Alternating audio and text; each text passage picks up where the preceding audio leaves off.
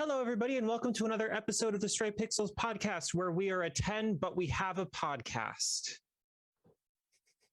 Yeah. Well, we're a 10, but we're EA.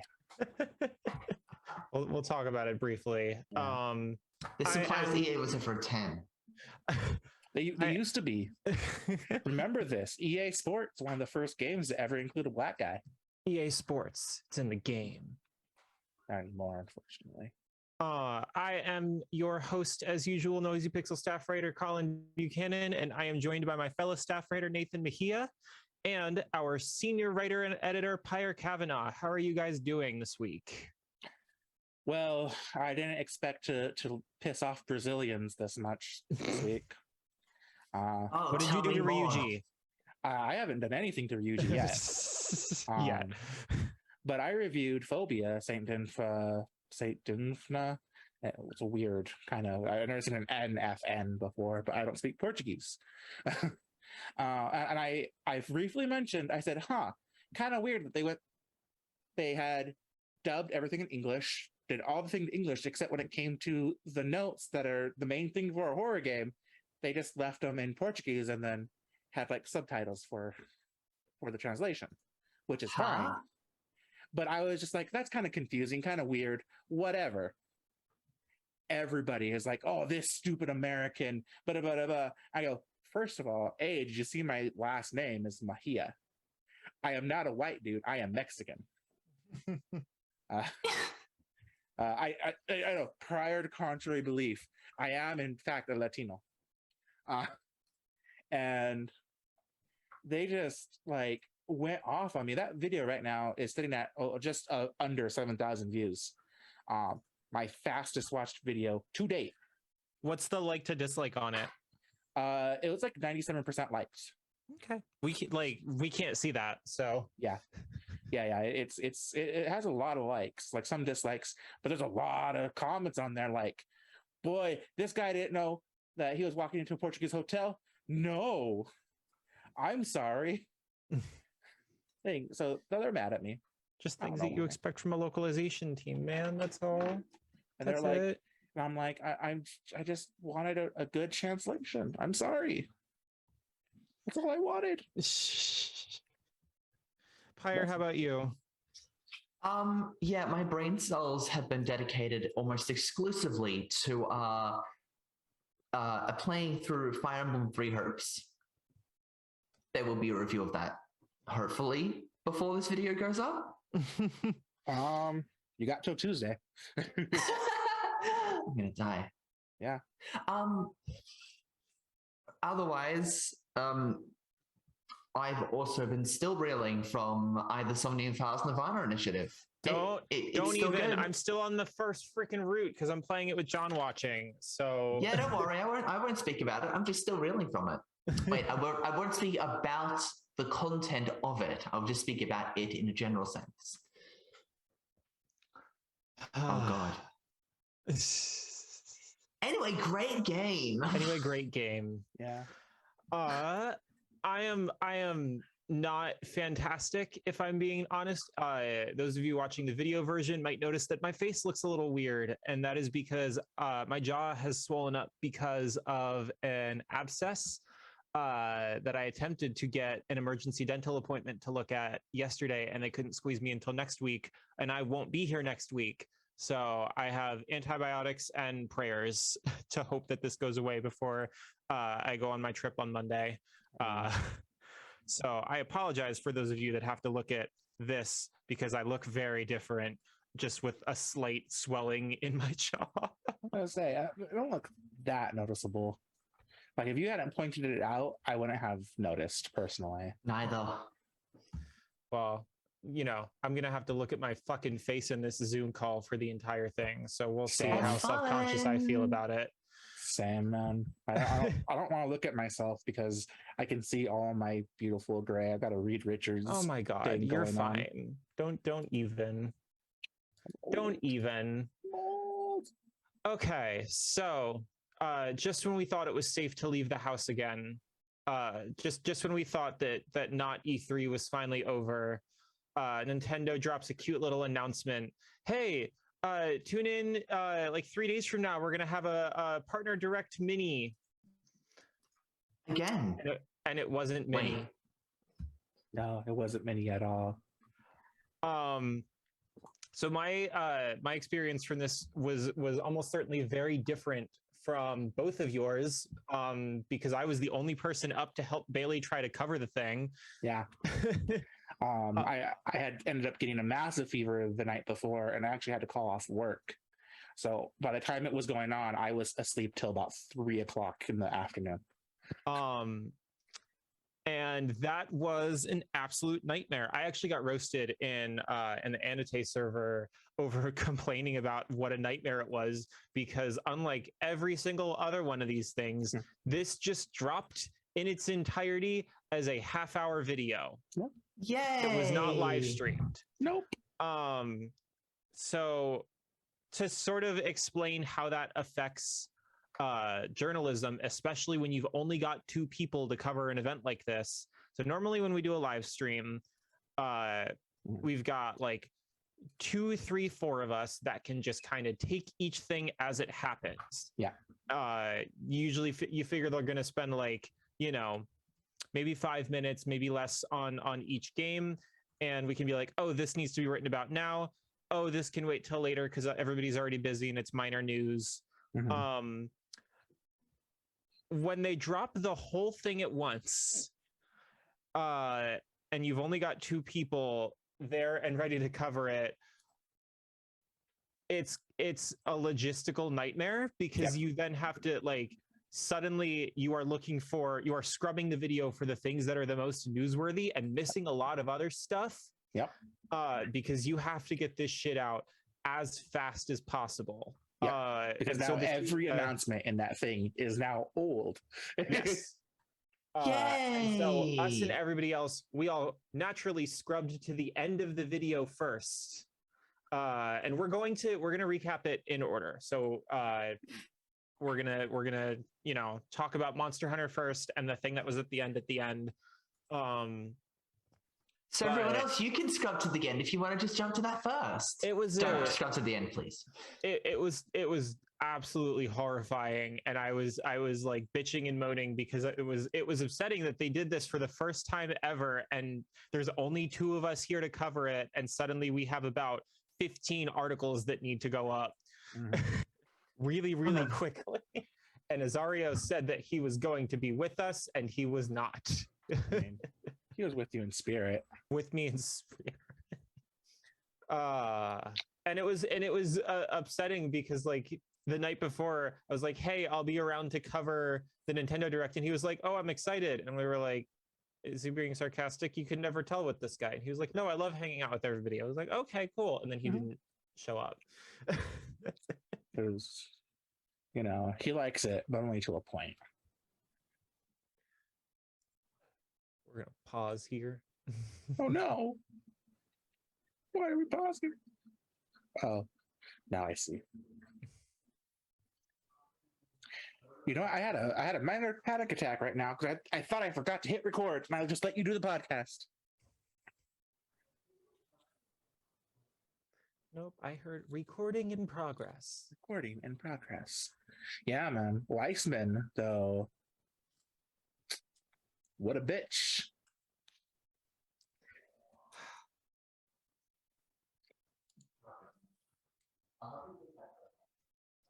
It's the over-under that player's going to come back and be like, actually, never mind, guys. I got to go. I'm not putting that out into the universe. We'll just grab Bailey and or Ryuji. Let's do a 4-man for... We'll do a 4-man raid. Got a LARP party up in this bitch.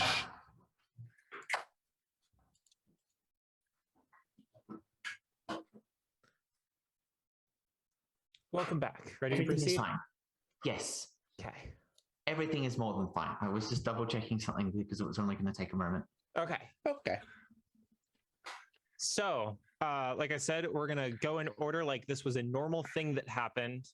And we're going to start with potentially the most overexposed game of 2022 thus far, Monster Hunter Rise Sunbreak. Hey. I'm if you can't tell, I'm getting a little tired of seeing trailers for this. Why? You don't like Monster Hunter? I love Monster Hunter, but it's so much. The most important part of this trailer is the fact that there's a giant crab called Pyre. That's it. I'm done. I'm good. That's the tweet. That's the tweet. Send tweet. Send tweet. Yeah, we got a new combat trailer. We got a couple of returning monsters, and we got Basil Juice and Nargacuga coming in the first title update for Sunbreak. Yeah. I have a funny story about Basil Juice. In World, once you have triggered him, he has a habit of just showing up when he's not wanted in whatever environment you're in. Yeah. And so I lovingly refer to him as Kevin crashing the party, because no one wants Kevin at the party. Wow, that feels a bit mean almost. I have a cousin named Kevin. He's fine. But it's just like, God damn it, Kevin! No one wants you here right now. Go home. We're trying to do this other thing. He's just like, hey guys, I'm here to drop bombs on you. Get in a fight with the thing you're trying to kill. Yeah. It's more Monster Hunter Rise. I mean, I just, at this point, I'm just ready for this to be out so that we could stop seeing it in every presentation. But I'm happy for the Monster Hunter people that are really eating with these trailers, but I suspect some of them are probably tired of it too. I've got some friends who are just super into it. One of them was up all night, all expletive night, just playing Monster Hunter with a couple of other guys. Yeah. And yesterday I was repeatedly checking into the call, like, how y'all going? Are you still playing Monster Hunter? Yes. It's been 18 hours. Yes. I wish I had the time to get into another, 200-hour Monster Hunter time sink. I don't right now. Yeah. I put 30 hours into one of the DS games and went, I can't do this. So I actually 3DS games. Yeah. I bought Iceborne, and I bought a copy of it for a friend too, who was super hyped for it. Yeah. After putting 150 hours into the base game on PS4, I've never played Iceborne. Yeah, same. That hurts. And the frustrating part was I was waiting for her because I have plenty of other friends that play World on PC. Yep. And they never implemented crossplay. They had no plans for crossplay, and they aren't doing it for Rise either. No. So there's just a clear divide between the people that can, play the game at a decent graphical fidelity on PC and the people that bought the game when it came out full price on Switch. Wow. It's upsetting. They cannot play together. But anyway, that's my Monster Hunter sob story. I love World. I'm hoping that we get another World E game, but we'll have to see. The next piece of news is way weirder and more potentially exciting and a little bit confusing. Nier Automata: The End of Yorha coming to Nintendo Switch in October. Yeah. I don't know how the platform is going to handle this, considering that it can chug on the PS4. I have a feeling they're going to have it run at a steady 30. Yeah, it's not going to try to run at 60. It's going to run at 30, and probably just downgrade a little bit of the textures. And if anything, segment the world a little bit more than what they have already. Correct me if I'm wrong. Replicant did not come out on Switch, did it? No way. No way. So to be fair, Replicant was held together by love, prayers, and I think some of the horny from Yoko Taro. Well, yeah, it's a graphical upscaling over a Cavia game. Yeah.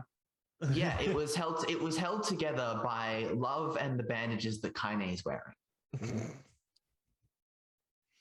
The ones that prevent her from exploding. Yeah. Intersex icon. We stand. We stand. Yeah. So Nier Automata, I'm excited, but I also want to know who has not yet had the opportunity to play this. I'm playing it again. I'm gonna play it again. Okay, that's fair. Just okay, so original Nier is different because like in terms of quote unquote replays, both of these games have endings that you have to play through the game multiple times to get to. The original Nier, you effectively restart multiple times. Yes. And Automata is almost a straight line. You play, you know, what is effectively the first third of the story as 2B and then as 9S, and then after that you're just kind of swapping perspectives as you keep going through, and then every time you see the credits again you just hit continue and you keep playing. That in itself is a huge upgrade on let's replay the last act of the game for the 5th time. Yep. Yeah, with minor changes, and lots of grinding. Yeah, because in order to see the final ending in Nier Replicant, you have to fully upgrade all the weapons. No, you just have to collect all the weapons. You just have to change the weapons. They changed that then. Yeah, they changed that then because in the original you had to upgrade all of them fully. Yeah. They're not insane. They're only mostly insane this time. Yeah. Fantastic game. I'm happy. Again, I'm happy for people that haven't gotten to play it. This is mostly just this game is kind of old at this point, but I also still don't know how it's going to run on this platform. But I guess we'll see. I can't wait. I hope it's held together with duct tape and gloves. At this point, I kind of am waiting for something new because Automata has been out for like what 5 years now. Bro, have you not seen the musical that? I say this having been the person that reviewed the most recent piece of Nier media, which was the mobile game that has nothing to do with anything and was also very mediocre and was basically running on name recognition because Taro didn't give a fuck about it. There's some great stories in there that you can read separately without actually playing the game, which is good because it's greedy. I just wish that game wasn't Weapon Story the game. It kind of reminds me that it's Weapon Story the game, but I don't play the game, so it's like I'm here for the weapon stories. It kind of reminded me of the memories from Lost Odyssey, and so I was here for that. But anyway, Nier Automata, October 6th, exciting stuff. Next, we have a horror game, Lorelei and the Laser Eyes. Yeah. I don't know what this is. Yeah, that's a really strange title. And I was like, what? It looks really trippy. The art style reminds me a little bit of Killer 7. But I don't know what this is. Yeah. I'm kind of into it because it just looks, bizarre in one of those sort of, it's going to have something to it. Yeah. It reminds me a lot, just from looking at the trailer, of the old classic point and click games, adventure games, just it being horror. Yeah, it's got a strong like trippy vaporware vibe to it. Mm-hmm. Mm-hmm. Again, much like Killer 7. Yeah. No, it feels like it's one of those games that are nobody's going to talk about it, but people are going to love it. But nobody will talk about it. Nobody will talk about it. Which means we might review it. Probably. We're reviewing this. Yeah. No question. Next up, we have Super Bomberman R2. Yay. It's more Bomberman. If that's what you wanted, then that's what you wanted. I've never played Bomberman, so... The only Bomberman I played is the one on Game Boy Advance that's actually a monster game, monster fighter, like Pokemon. Oh, that's interesting. I have Bomberman R. I have it on PS4. It's decent as a Bomberman experience. The only thing I really have to say about it beyond that is it was wildly overpriced when it came out, because it's $40 for effectively just Bomberman in okay looking 3D. I'm hoping that this one fixes the price mistake. I would say $20 would be a totally fair price for it, and just release it digitally. I don't know why they bothered with physicals. I mean, for the collectors, because I feel like people who really care about Bomberman really fucking care about Bomberman. Sure. Look, they just need to make sure they've got the costumes for Shiori Fujisaki and Ayano Tatagiri. You know, the most important part of every Bomberman. just gotta get the smile bombs. You know what I mean? You know. Oh my gosh. So next we had the second major announcement, and the first one that was brand new and hotly demanded for years. So all of these people can finally no, they won't shut up. They'll start demanding Star Force. But we have Mega Man Battle Network Legacy Collection coming in 2023 to Switch, and also PlayStation and PC. Yes. So what they announced was it's going to be released digitally in 2 parts and physically as 1 part, collecting not only every game, but all of the versions of every game. Yes. Oh, so that's kind of like, isn't that how they sort of did like was it the X collection? Kind of. Like part of it was. Well, so both the original Legacy Collection and the X Legacy Collection were released separately. Yeah. I think that at least the first one was definitely that both individual collections got physicals. There, I got something. Okay. Oh. The only one that I have physically is the ZX Legacy Collection. That had ZX Advent and the Zero games, and I have that on PS4 because I pre-ordered it. Okay, yeah, take her out. Okay. So they eventually released. Nate, wait till you get to the mic before you start talking. No. So they eventually released this for Mega Man X, which, yeah, 2 discs. So yes, they I'm sure that they also released the X collection separately, because why else would they be on 2 discs? Yep. So the ZX and Zero collection was released as 1 disc. This is going to be released as 1 disc because they're not bothering with individual releases, probably because they didn't sell very well. Because that's kind of a hard value sell at retail, is a whole disc that has, 4 Super Nintendo games at most. Or 2 Super Nintendo games and 2 PS1 games. Yeah, I was gonna say it's 3 Super Nintendo, 1 PS1, but that's the one you need to play to. You just have to see about what is Zero fighting for. Most of the reason why it's a hard sell is because all of these games, I think, were already bundled together in a GameCube collection before. Yeah. Oh, really? So it's kind of like how Sonic Origins, like we look at this and it's like, well, if they didn't add the stuff that they added, like we already have numerous Sonic classic collections from the 7th generation.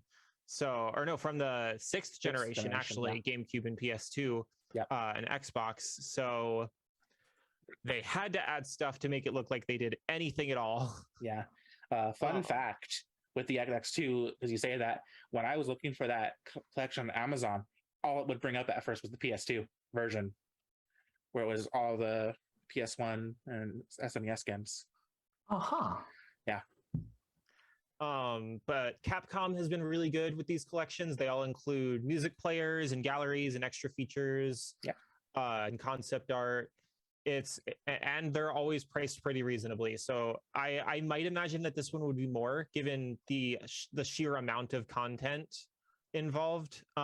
Personally, I think 60 would be a fair price for the physical with both parts, especially since that's like 12 games at least. Well, it's still 10, but but with all of these games are like every one of these games, even if you just count these like 1 through 6, because the other 4 games are just other versions of 3, 4, 5, and 6, are all probably longer than the entire previous Legacy collections put together, because they're full RPGs with a lot of bullshit grinding and overly long areas and high encounter rates. I like that. Battle Network, I promise.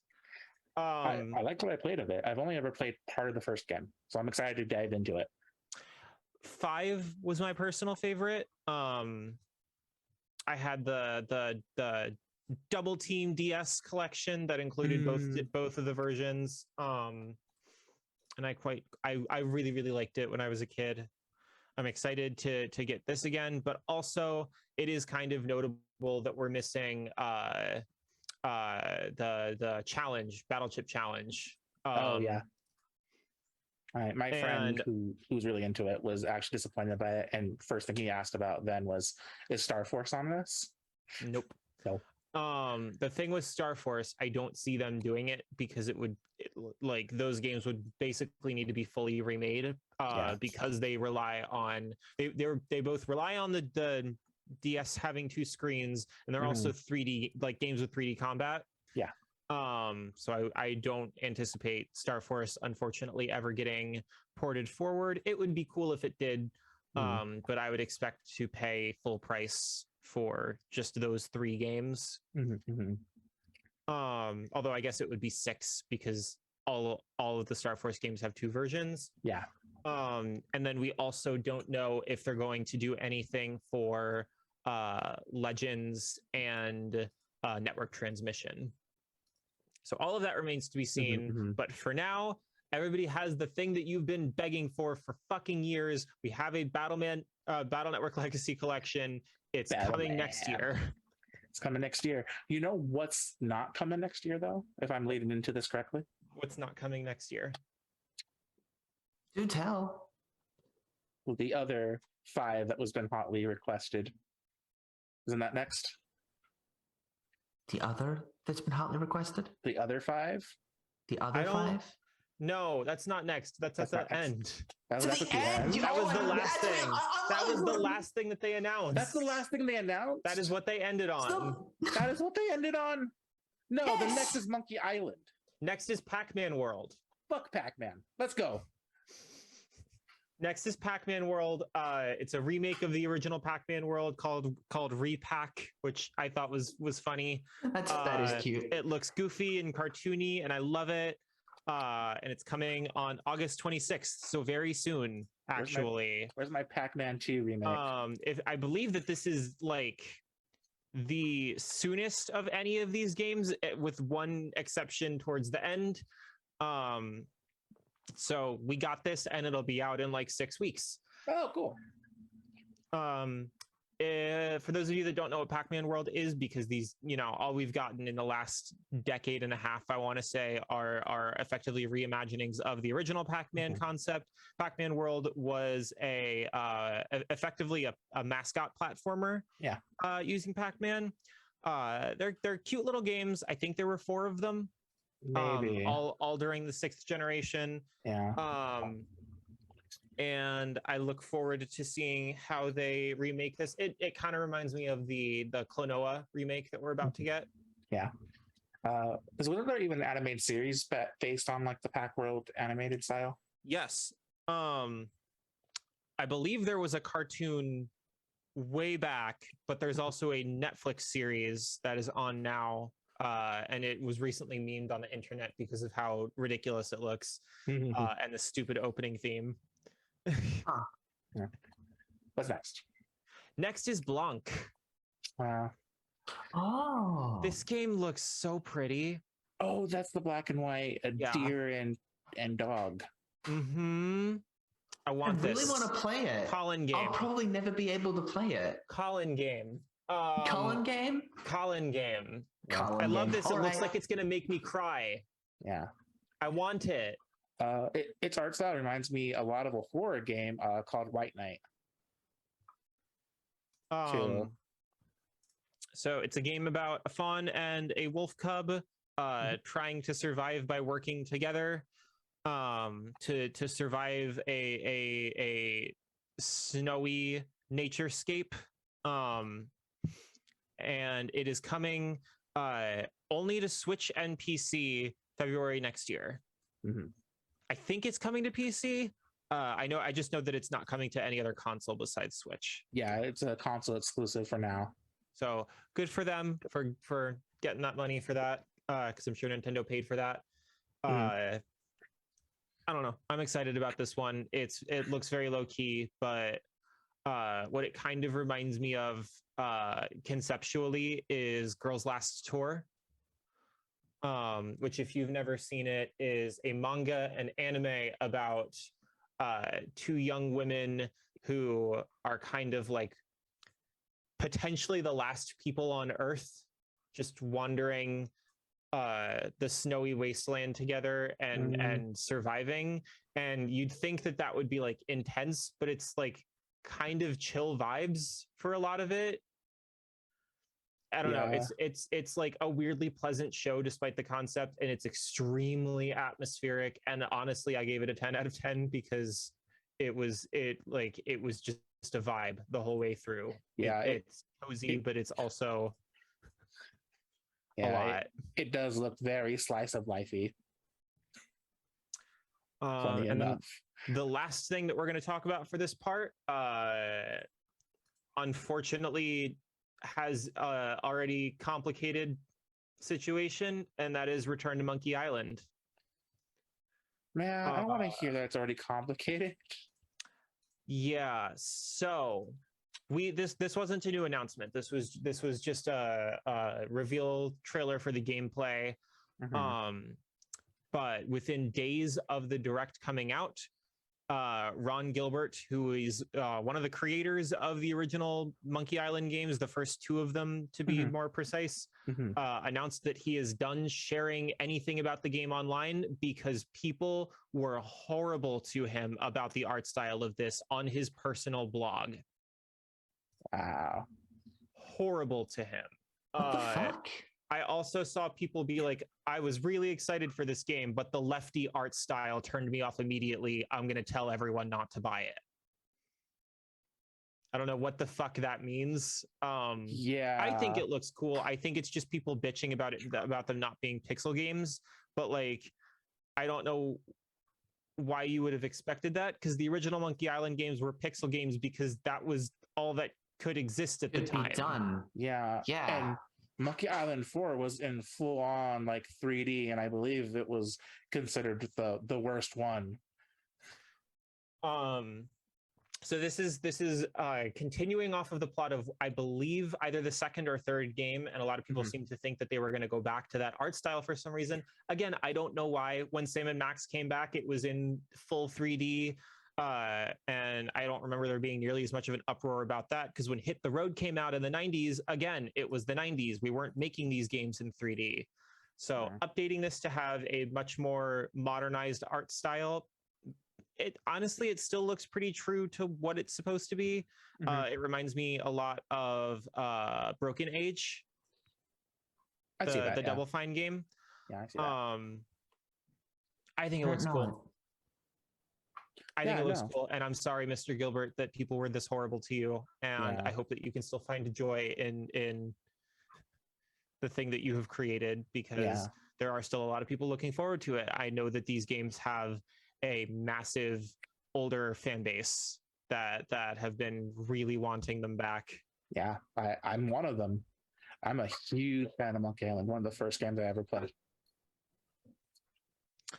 All right. And with that, because we are running out of time in our Zoom call, we're going to put a pause here. Don't go away. We're going to take a quick break, and then we're going to come back with all the rest of the stuff that got announced at this Nintendo Direct.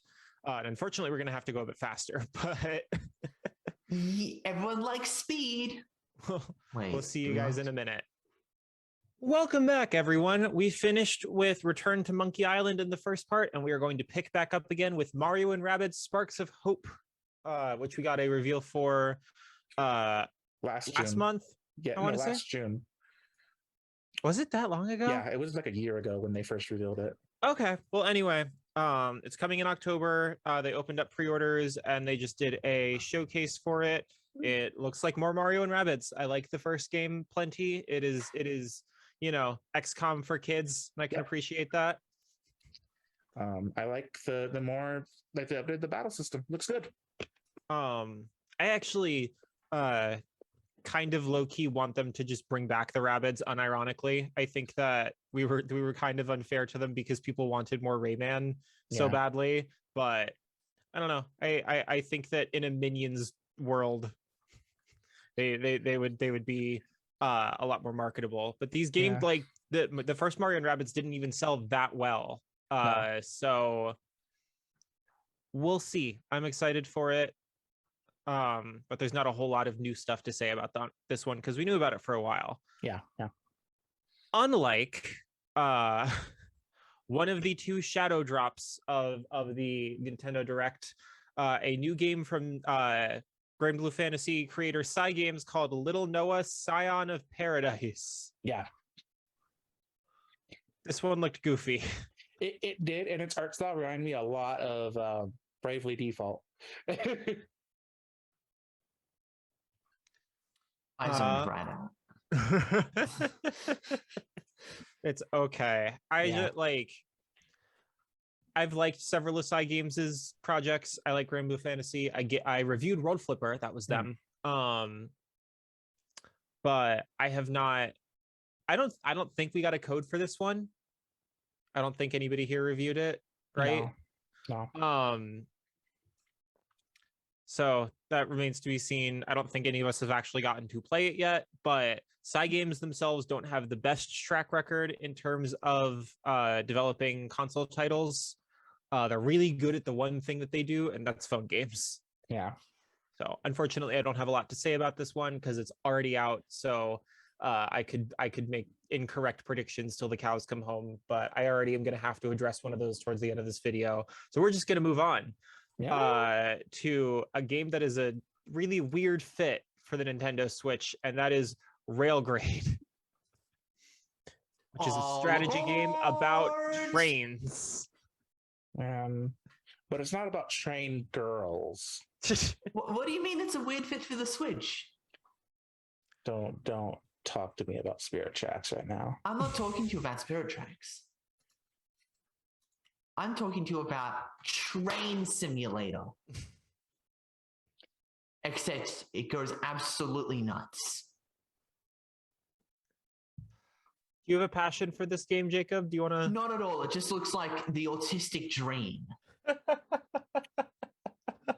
Yeah, I didn't know this, but when you get diagnosed with autism, they just like we're saying this as people with autism. To be clear, that's not a joke. Well, that is a joke, but it's a joke that we can make because I can't. But I have some autistic friends. Yeah, so. me and Pyre have autism. So, so it's just like this is a video game. I'm not really interested. No, oh no. Oh no. It's a strategy game. It's a train running simulator. I've never known I wanted this, but now I want it.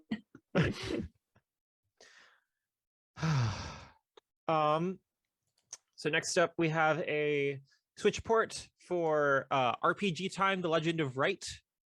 Oh, a Switch port? Yeah, this game's already out. I'm pretty sure it's out on Xbox. Yeah, let me see. Because it was revealed during a Microsoft event. Oh, and we all went, huh? This is the one where it's about the game designer kid who's making a game on his book. Yes. Yes, Xbox. I mean, it's on Xbox and Windows now. Going to be on Steam soon. Because I was pretty sure we reviewed it. I was pretty sure Azaria dropped a code for it and was like, "Who wants it?" And I was like, "I do, but I'm busy." It looks like a game that would fit perfectly on the Switch anyway. Yeah. This one, I have no confusion on this one. It looks fine. Unlike the following game, which we just did a whole half of an episode about how confused I am about it, and that's Sonic Frontiers. To be fair, that this trailer that made me want Sonic Frontiers more than any other coverage of it so far. Yeah, but like what they showed me here was a regular Sonic game, which is what I said I wanted. Like I'm gonna do my best to not be a hypocrite here, but also like everything else about this game is very much not a regular Sonic game. So it's like, I'm hoping that it is as good as this trailer looked, and it's not like Sonic Boom where like the weird action parts were separated by janky, buggy, terribly performing regular ass Sonic stuff. Yeah, probably. Go all the way one way or the other, because half steps. That's some bi erasure, man. Sonic Frontiers. My boyfriend's nuts. bi. Anyway, Sonic Frontiers the most important part of the Sonic Frontiers trailer is the rain physics. Yeah, we got to see Sonic in the rain. This rain, it looks great. I love games that put rain in and little environmental effects like that. Which really makes me wonder, was this representative of the Switch version of the game? Because yeah. My big suspicion with this trailer was that this was not the Switch version. This was just a trailer for probably the PS5 version. Well, yeah. I don't think they're gonna aliens us though. There are screenshots that are officially sourced from Nintendo that I imagine are the Switch version, because you can tell that the draw distance on them is poop, but I don't know. It remains to be seen. We'll see how the rain goes. That's gonna be my judge. Did they bless the rains? Only gonna ask. That's all we have to ask. Next is a game that Bailey is fully convinced is going to be Kingdom Hearts related, and that is Disney Dreamlight Valley, the Disney Animal Crossing game. Yeah, I was really confused when they were like, and here's this game. I'm like, why the fuck do I want Disney Animal Crossing? This is going to be free to play, if I remember correctly. I don't know. Love it. It's going to be predatory as fuck. If anyone reviews this, it's probably going to be me, and I'm probably going to have mean things to say about it. I believe at this point my Mirrorverse review is scrapped, but I gave that a 2, I think, for it being disgustingly predatory. And bro, this is from Gameloft. Yeah. That's discount Ubisoft. So we'll see. I mean, Netmarble published Mirrorverse, and one of the points that I made in my review was that it asked you for well over $200 in limited time offer transactions before you've even finished your first hour of gameplay. So seriously, yeah. Can't wait till I have to pull fucking Aladdin from the gacha. Oh, and not a single one of those guaranteed you a max rarity character, even the ones that were $30. What the fuck? It's awful. It doesn't help that it's attached to a really boring standard action game. But anyway, next was Live Alive. The next thing, actually, we've technically skipped one because there was one game that was in the Japanese Direct, but not in the US Direct. Fair enough. What did we miss? We missed Ultra Kaiju Monster Ranch, which was announced today to be getting an American release. So I don't know why they didn't put it in the United States Direct. Yeah, it's in. They dropped the trailer that's in English. It just wasn't in. It was in the Japanese Direct, but it wasn't in the English one. Yeah, which is so weird because Ultraman is very fucking popular here in the West, comparatively. I think the average nerd, if you said Ultraman, there's still like a 70-30 that they're thinking of either anti-Superman or like the Japanese Ultraman. Oh, they think Ultraman is connected to My Hero Academia. Yeah. But exciting. We don't know a ton about this yet, I don't think. They announced that there's going to be some kind of NFC connectivity to get Kaiju. Yes. So that's going to be cool. Because that is their replacement for not having a disk drive. Honestly, though, I think that would work really well, just to have NFC cards that you go collect. We'll see. Because like in terms of having access to a broad range of NFC devices, so like you think, so the ones that the most people have access to obviously are cell phones. Your phone almost certainly, if it's like more than $200, we'll say, has NFC because you can use it for Apple Pay, Google Pay, Samsung Pay. If you're a fucking and then Amiibos, you'll have this.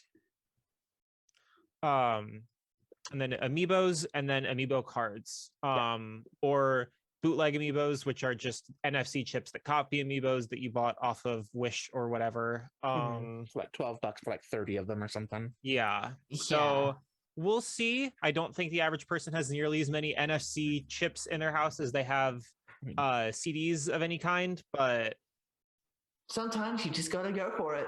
Yeah. Okay, now everybody shut up. Let's talk about Live Alive. Live Alive got a demo that dropped on the same day, featuring part of 3 different chapters of the game with your progress carried over into the final version. And one of those was my favorite one of the stories, which is the distant future one that turns into a cosmic horror story. Oh, does it? Yes. Oh, that's actually very interesting to me. And I saw a lot of discourse about the demo, because a lot of people seem to think that this was going to be a much more combat focused game than it is. Live Alive is not really about that. It's much more about the individual stories being told. And that's why the combat system is pretty lightweight, honestly. It's lightweight because doesn't it like alter a bit depending on the chapter? Yes. That's all of the point of view characters have different abilities. But the game itself is not super combat heavy until you get to the end. So go in expecting that. But I'm still super fucking excited for this game, and it's almost here. So we're not going to dwell too much on it, but I'm thrilled that we almost have this in our hands. Yeah, happy for you. Next up, Doraemon Story of Seasons, Friends of the Great Kingdom. Yay. A game I went, really? We're getting Doraemon Story of Seasons 2? I know. That was kind of like, Doraemon is not really notable here. So it does air on American television because Disney puts it on I think Disney XD. But it's not super noteworthy because you know what else aired on Disney XD? Naruto. Yokai Watch, and no one really remembers Yokai Watch that well. So incredible how that died. Shrug. Although I mean Azario and Spencer were talking about it on Unqualified Game Chat. Seriously? Yes. Really? Because apparently the third game's really hard to find. But the first game you can find at fucking Five Below. So yeah, especially since the first game got released on Japanese Switch. But it's Story of Seasons with Doraemon in it. So you know, if you like Old Harvest Moon, if you like classic anime, check it out. Yeah. I don't have a lot to say about this one. Nor do I have a lot to say about Minecraft Legends, mostly because, like, again, previously announced like last month, and we already knew it was coming to Switch. Yep. I said incorrectly that it was not when we were talking about the Microsoft presentation that it was announced at, but it is coming to Switch. Which makes perfect sense because Minecraft is super popular on Switch. Yeah, it is. And Microsoft's been playing really nice with everybody. Next up is a new trailer for a game that got announced in the running joke of my least favorite video game presentation of all time. And that is Dragon Quest Treasures. Yeah, reminding me once again that the Dragon Quest main theme is fucking awful. I like it.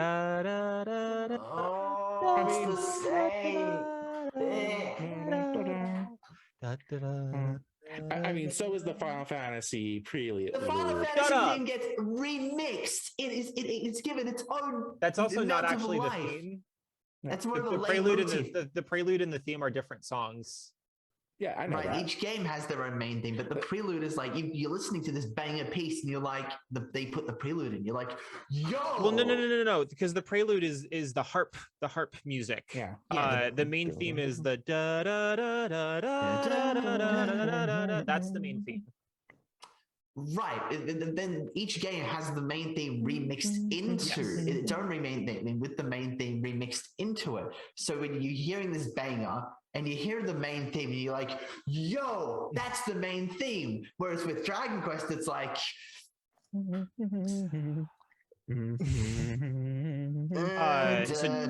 Dragon Quest Treasures, the main character is Eric from Dragon Quest 11. Yep. This game looks fun. Yeah.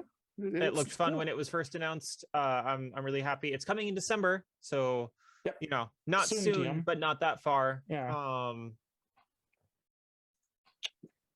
I still want Builders 3, but I will take this for now. Yeah, This doesn't look like a bad game. I'm just not interested.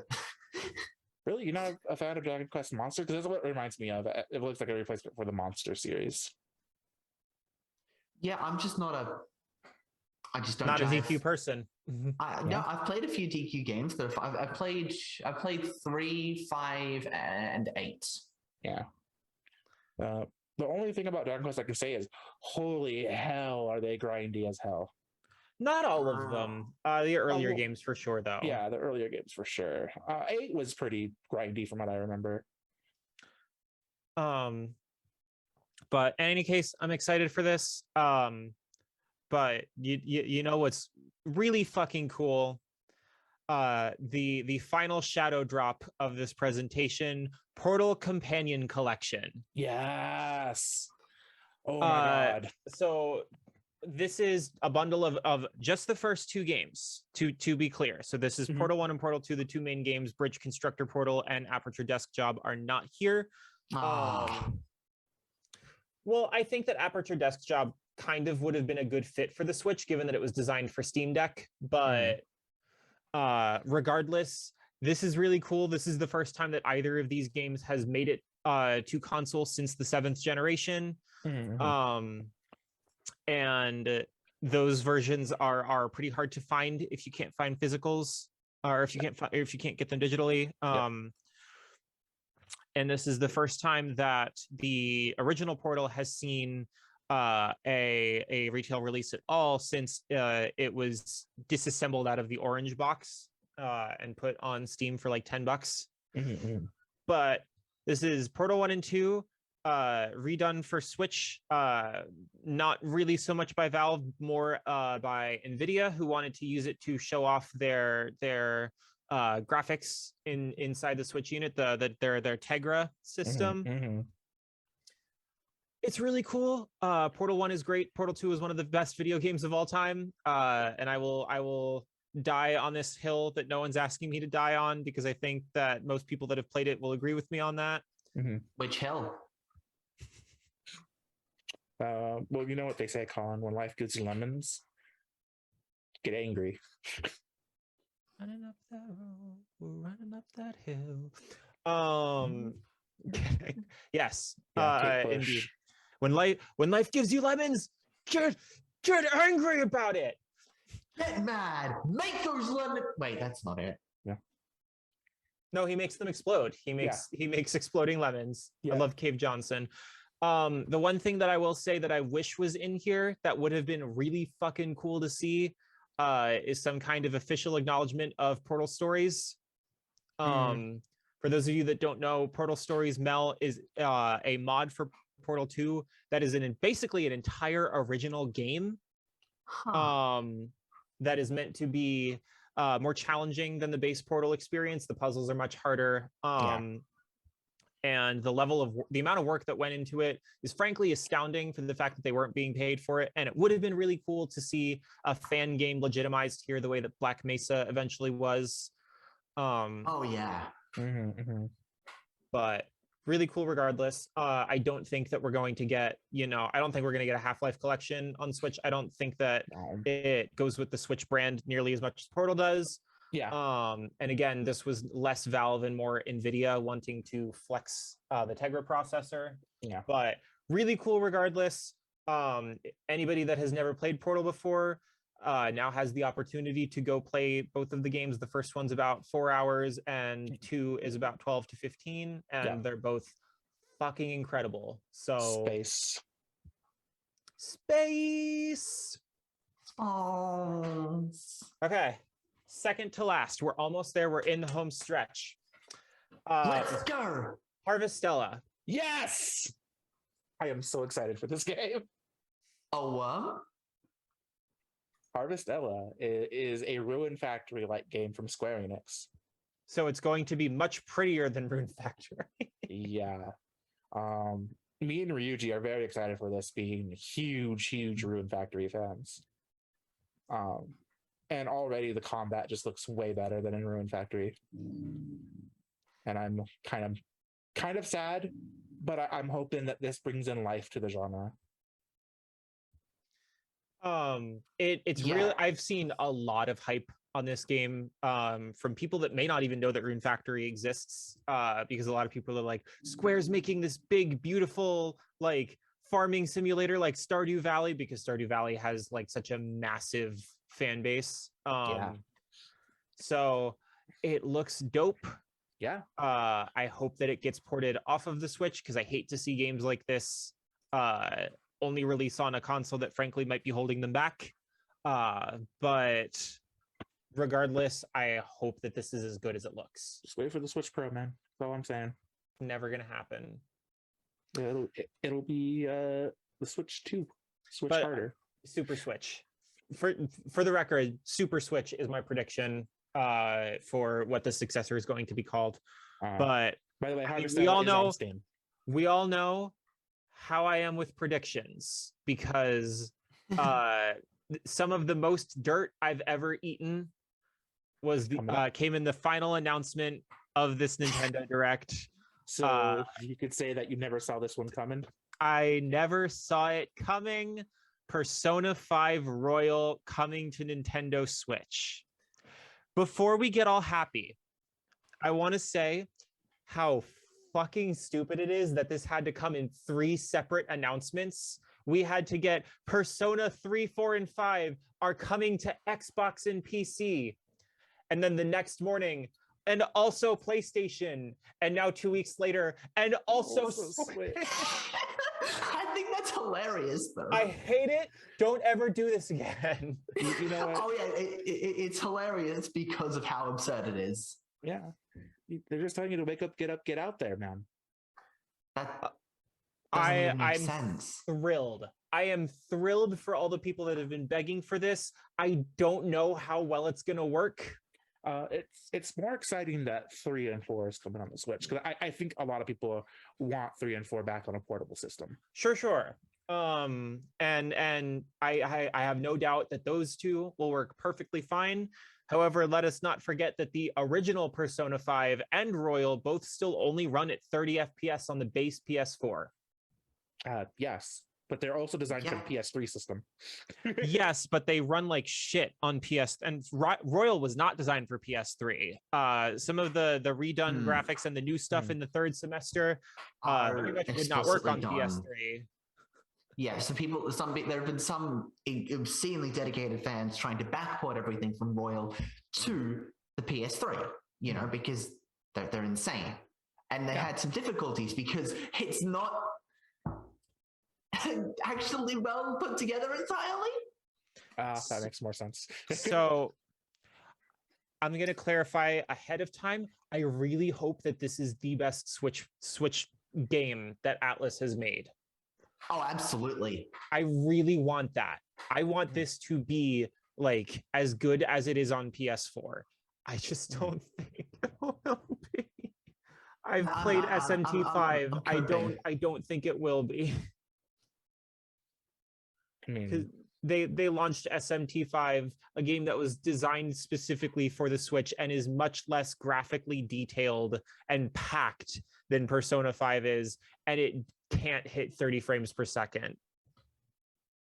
No, like for some reason it doesn't. I mean, I think at least with like at least for some reason with SMT5 on the Switch is they've got it so it doesn't actually have like a proper draw distance setting. You can see the entire map loads in. Yeah. So it takes aeons for any location to load because it's loading the entire these entire giant chunks of the world maps. Yeah. Which is the same problem with Rune Factory 5 on Switch, is that it loads the entire world when you load into it. But yes, the maps in Persona 5 are smaller, but they are so much more detailed. That is the uncomplicated. Yeah, that is the complication there. Like I can say that about SMT5, but then when you're trying to replicate the hustle and bustle of Tokyo, like what I'm expecting is like significantly reduced crowds in the overworld areas and at the end of the game. I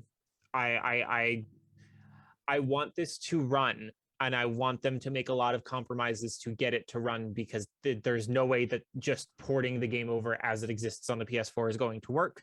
But I want this to be a product with a deserving amount of effort. I cannot wait for the anti-aliasing to be non-existent. Deserves the effort. And I want this to be just as good as it is on the PS4. It can't be as good as it is on PS5. Well, I mean, not even that, because they never updated these games to run at 60 with an unlocked frame rate on PlayStation. So but I want this to be good. Everybody's saying, oh, well, Catherine ran fine. Catherine is a whole different beast. Catherine is a much less detailed game, and almost the entirety of it takes place in 2 locations. So it is significantly easier to try to optimize. But I want it to be good. The actual last thing that we found out is kind of sucky. But we got a reveal for a Switch port asterisk of Plague Tale Requiem, and it is going to be a cloud version, which, given how graphically detailed this game is, I think we all expected, but I think a lot of people would rather just see this trend die out and not have it come out on Switch or only in Japan the way that these cloud versions used to be, because they are much more popular there. Yeah, well, because it's much more viable there, just in general, because their internet infrastructure is way better than it is here. But Persona 5 Royal coming, I think, on the same day that it comes to Xbox and Windows, and then just like on PlayStation, Windows, and Xbox, Persona 4 Golden and Persona 3 Portable have yet to be announced release dates. I'm expecting them next year. Early next year for at least 4, and then mid for 3. Yeah. I'm super excited for them because, I can replay them, and I like holding on to things. Yeah, I'm just excited to platinum them again. That's all. Next year is going to be insane for JRPGs. Yeah, man. So we're going to get more Trails. September of this year, we get Trails to Zero. Yeah. Or Trails from Zero, excuse me. Yeah, Trails from Zero. And then beginning of next year, and we also get Persona 5 Royal this year. Beginning of next year, we get Azure, and then we also get Nayuta and Reverie later in the year, and we're also getting Final Fantasy 16, Final Fantasy 14 7.0, and potentially Final Fantasy 7 Rebirth. Yeah. And that's not counting, whoever else wants to throw their hat into the ring. Oh, we're also getting Pokemon Scarlet and Violet this fall. Yes. Which I'm really excited for Scarlet and Violet. RPG fans are eating well. As much other bullshit is happening in the world right now, at least we have happy weebs. Yay! Any final thoughts that either of you have about this presentation? You go first. No, I can only speak in terms of I hope X does well, so Y can come as well, in regards to, say, Atlas, other Atlas titles, because there is that whole it still does feel relatively strange that Soul Hackers 2 looks the way it does and isn't a Switch title. Or it's being optimized basically for only the the PS5 and Xbox Series. So that's funky and enters my head whenever I see it. So I'm hopeful that maybe these do well, and that'll encourage Atlas to push other games onto the Switch as well. I would love to see Devil Summoner and Devil Survivor getting reported onto the Switch. They'd have to be functionally rebuilt to Devil Survivor. I mean, sure, but also they're sprite-based games. That wouldn't be that difficult. Devil Summoner, frankly, you could just slap an upscaler on it and port it whenever you wanted to. I'm still hoping that they come to PS Plus in the near future, because they were both released on PSN on the PS3. I own both of them. So I have hope that this is Atlas further testing the waters of re-releasing their old games. And I have no doubt that Persona 3 and 4 are going to smash it on the Switch. Yeah. Hopefully this That's also exciting. open up the doors for Persona 1 and 2 to finally come to something other than I don't PSP. think so. As a huge Persona 1 fan and Persona 2 as well, that's not happening. I think that's not happening. The main reason that's not happening is the amount of people who are actually going to buy those games.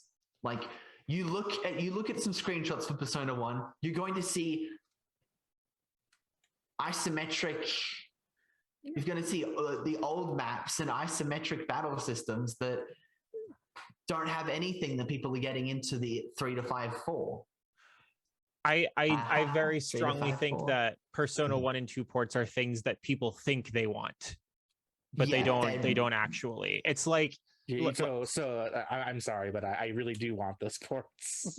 You do really want them, like you sure, but they're not. Generally, in general, people want them, but it's like who's going to actually buy and play them besides the dedicated super fans? They have banger soundtracks, but they have not aged well, and I say that as someone who has played Persona 1 on PSP, which has 100% fewer blackface jokes than the original. The original release of the game. Persona 1 has 2 different soundtracks, and both of them are really good. Yeah. I think that if they were going to go back to 1 and 2, that they would have to fully remake them and rewrite them into games that are up to the standard of modern Persona. And frankly, I'd rather just have Persona 6. Ooh, that's a hot take. I am going to agree with this hot take because you would have to, whilst Persona 1 would honestly not that difficult to rewrite into a setting in which you could have the 3 to 5 modern system. Yeah. Like that would be incredibly easy to do for Persona 1 actually. Yeah. Persona 2 on the other hand would need an infinite amount of love to make work. It's not worth it. That's not happening. What I don't get is why you're railing against Persona 2 PSP, because Persona 2 PSP's battle system was good and much closer to what we have now. No, it's grindy as fuck. It's grindy as fuck. Unless you spam like unless you spam stun combos, like stun fusion skills. I didn't grind once in Persona 2 in a sense. Also, keep in mind that Eternal Punishment was not remade for the PSP. It was just not released in English, but it was. It wasn't? Oh, you're right. You're right. Sorry, I owned it on PSN as the PS1 game. Yes. But that's why I was confused. But yes. I don't think that it's that astounding of an idea. And this is my take. I think that Atlas is better off treating Persona 3 as if it's the first one. I mean, I would personally prefer it if they didn't, because Persona 2 has good shit. Persona 2 is fucking raw on so many levels. But yeah, is that feasible? And it's the same argument as me wanting the Infinity games, the Infinity visual novels localized, because they're basically kind of important to some other games and are really cool, but no one's going to play them and they haven't aged well. But this, well, you pretty much for me, you said Crossbell should never be localized to me. And I did not say Crossbell should never be localized. And that's what Colin said to me, and I was like, ooh. I didn't say that. What are you talking about? I said it wasn't likely to be. That's an entirely different kettle of fish, because Crossbell No. What I am saying is, this is as if I went with, hey, you know what? Hot take, Crossbell should never be localized. That's what saying Persona 1 and 2 should never come over was like to me. am going to be hard disagree on that one, because Crossbell is relevant to Kiseki. Crossbell is relevant to the rest of Kiseki. And it doesn't need that, like, it plays almost the same as the games that we have now. Like, all of the games, the Cold Steel and Hajimari are still evolutions of Sky and Crossbell's combat. So it's still very similar to what we have now, as compared to the battle systems in Persona 1 and 2 are very different than what we have now. I will maintain 2 is not. Okay. 3 is an evolution of 2 minus the dating sim. Other than that, Nate, final thoughts.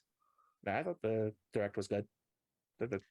My final thoughts are, I think that Sony and Nintendo won not E3, frankly. If not for also Square Enix, I think that the approach of, you know, keep it at like half an hour, if not less than that, and just like all killer no filler, because that's what we got in Xbox and PC Game Show and Future Game Show.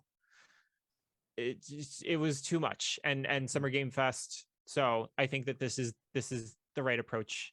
Just please make it a live stream again next time. I assume that this was an accident because it was later live streamed on Twitch as if this didn't happen, but don't do this to me again. And with that, I want to thank you guys for listening to another episode of the Stray Pixels podcast. We post every Tuesday on your podcast app of choice and on the Noisy Pixel YouTube channel. What did you guys think of the Nintendo Direct? Do you guys agree or disagree with my hot take about Persona? Do you think the Persona 5 Royal is going to fit on the Switch properly? Let us know in the comments on YouTube. If there's anything you'd like us to talk about in a future episode, you can leave a comment under this video or talk to us on Twitter. You can find me, Colin, at the Arcane Ranger, Nate at less than Nathan, and Pyre at PyreLoop. That's PYRELOOP. Or the site itself at Noisy Pixel News. The Stray Pixels podcast is brought to you by NoisyPixel.net. Noisy Pixel is run by a group of gamers who work hard to bring you the latest news, reviews, previews, podcasts, and more. Please like, subscribe, and follow to keep up with our future content, and join our community Discord channel to come talk nerdy with us. We will see you guys next week. That man was knocking it out. What the hell?